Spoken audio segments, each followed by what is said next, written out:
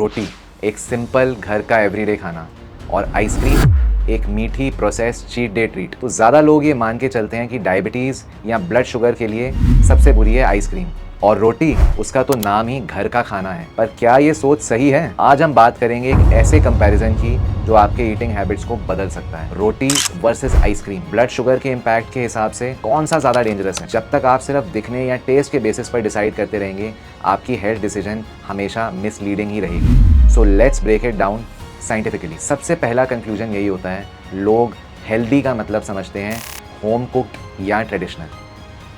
रोटी एक staple food है, हर Indian house hold में, स्पेशली नॉर्थ इंडिया में रोज़ बनती है। और आइसक्रीम एक ओकेजनल ट्रीट है, जनरली लेबल्ड अनहेल्दी।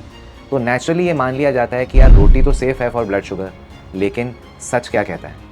जब एक डायबिटिक पेशेंट रोज़ सुबह 2 रोटी और शाम को भी 2 रोटी ले रहा है, बिना समझे कि उन रोटियों का ग्लूकोज इम्पैक्ट क्या है, तो हेल्थ के अंदर एक साइलेंट अटैक चालू हो जाता है। सबसे पहले एक बेसिक कॉन्सेप्ट को समझते हैं, ग्लाइसीमिक इंडेक्स और ग्लाइसीमिक लोड। तो ग्लाइसीमिक इंडेक्स बताता है कि कोई फूड कितनी जल्दी आपके ब्लड शुगर को बढ़ाता है, 0 to 100 के स्केल पे। ग्लाइसीमिक लोड सिर्फ स्पीड नहीं बताता, ये क्वांटिटी बताता है। मतलब एक सर्विंग उस फूड की कितना इम्पैक्ट करेगी ब्लड शुगर। एग्जाम्पल के लिए, जो होल व्हीट रोटी है उसका GI है 70 to 75 which is quite high, and जो ग्लाइसीमिक लोड है that is 18 which is medium to high. यहीं पे एक स्टैंडर्ड आइसक्रीम को लिया जाए तो उसका GI एक्चुअली लोअर है, यानी 55 to 60 on an average, and जो ग्लाइसीमिक लोड है यानी GL है that is 9 which is on the lower side. तो जब आप एक नॉर्मल सर्विंग रोटी लेते हो, वो एक्चुअली आइसक्रीम से ज़्यादा ग्लूकोज रिलीज़ करता है और ज़्यादा तेज़ी से करता है। क्यों करता है ये?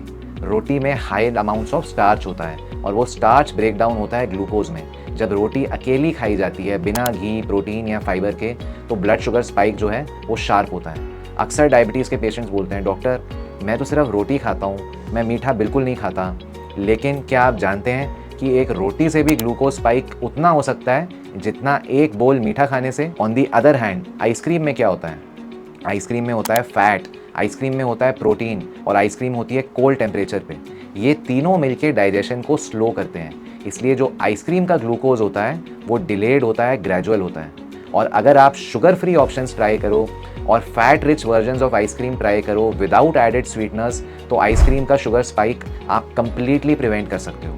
और यही समझना बहुत इंपॉर्टेंट है। अगर आप प्लेन रोटी खा रहे हो सिर्फ दाल के साथ या चाय के साथ, तो स्पाइक गारंटीड है, क्योंकि लोग रोटी को सेफ कार्ब समझ के यूज़ करते हैं। ब्रेकफास्ट में रोटी एंड अचार, लंच में रोटी एंड भुजिया, डिनर में रोटी एंड सब्जी, ये 3 मील्स मिलके क्यूमुलेटिव ग्लूकोज इतना स्पाइक क्रिएट कर देते हैं कि आपको तो लगेगा यार मैं तो हेल्दी खाता हूँ, लेकिन फास्टिंग शुगर, पोस्ट मील शुगर, HbA1c तीनों धीरे धीरे ऊपर जाते हैं। आइसक्रीम लोग ओकेजनल बेसिस पे खाते हैं और ऑफन गिल्ट के साथ खाते हैं, बट रोटी को कोई गिल्ट के साथ नहीं खाता, और यही उसका डेंजर है। रोटी को छोड़ना ज़रूरी नहीं है, बट रोटी को स्मार्टली मैनेज करना ज़रूरी है। सो फर्स्ट सॉल्यूशन, रोटी को आइसोलेट मत करो, हमेशा प्रोटीन और फैट के साथ कंबाइन करो रोटी को। साथ में पनीर ले सकते हैं, कर्ड ले सकते हैं, नॉनवेज करीज ले सकते हैं। Second solution, portion control.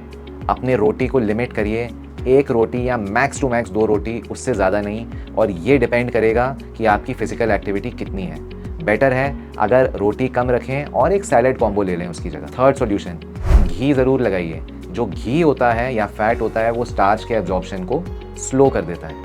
Fourth solution, आप रोटी के ऑल्टरनेटिव्स ट्राई कर सकते हैं, जैसे फ्लैक्स सीड रोटी, आलमंड फ्लावर रोटी, या कोई भी जो लो कार्ब फ्लावर है, कोकोनट फ्लावर है, तो आप low carb, low GI options of roti try कर सकते हैं। एंड मोस्ट इंपॉर्टेंटली, ट्रैक करिए अपना शुगर रिस्पॉन्स। CGM यूज़ करिए या ग्लूकोमीटर यूज़ करिए, उससे देखिए कि क्या स्पाइक आ रहा है आपके ब्लड शुगर में। रोटी खाने के बाद क्या रिस्पॉन्स है, आइसक्रीम खाने के बाद क्या रिस्पॉन्स है। एवरीबडी इज़ डिफरेंट, नंबर्स आपको एक्चुअल ट्रुथ समझाएंगे। तो रीडायल क्लिनिक में हम लोग ट्रेडिशनल फूड को डीमोनाइज नहीं करते, हमारा गोल है एजुकेट करना कि किस कॉन्टेक्स्ट में फूड ब्लड शुगर फ्रेंडली बनता है या नहीं बनता। हम पेशेंट्स के साथ CGM बेस्ड डेटा एनालाइज करते हैं, कौन सा ब्रेकफास्ट शुगर स्पाइक करता है, कौन सा डिनर शुगर को स्टेबल रखता है, और इसी डेटा के बेस पर हम कस्टम डाइट प्लान्स बनाते हैं, जिसमें हो सकता है रोटी हो लेकिन एक कंट्रोल तरीके से। तो हमारे प्लान्स इंक्लूड करते हैं meal pairing, smart carbs, portion templates, cultural customisations based on your food preference. तो जब आप प्लेट में रोटी और आइसक्रीम को देखें, सोचिए मत कि कौन सा हेल्दी दिखता है, सोचिए कौन कैसे रिएक्ट करता है आपके ब्लड शुगर के साथ। रोटी या आइसक्रीम का हेल्थ इम्पैक्ट उनके नाम या इमेज से नहीं, उनके इंग्रेडिएंट से डिसाइड होता है। सो ऑलवेज रिमेंबर, अगर आप डायबिटिक हो या प्री डायबिटिक, तो ग्लूकोज का स्पाइक अवॉइड करना आपकी टॉप प्रायोरिटी होनी चाहिए। इस वीडियो को किसी भी रोटी लवर के साथ शेयर करिए जिसे लगता है कि घर का खाना कभी हार्मफुल नहीं हो सकता। सो आई एम डॉक्टर गगनदीप और हम अगले वीडियो में फिर मिलेंगे एक और ग्लूकोज ट्रूथ के साथ जो आपकी हेल्थ प्रॉब्लम्स को रिवर्स कर सकता है। Thank you.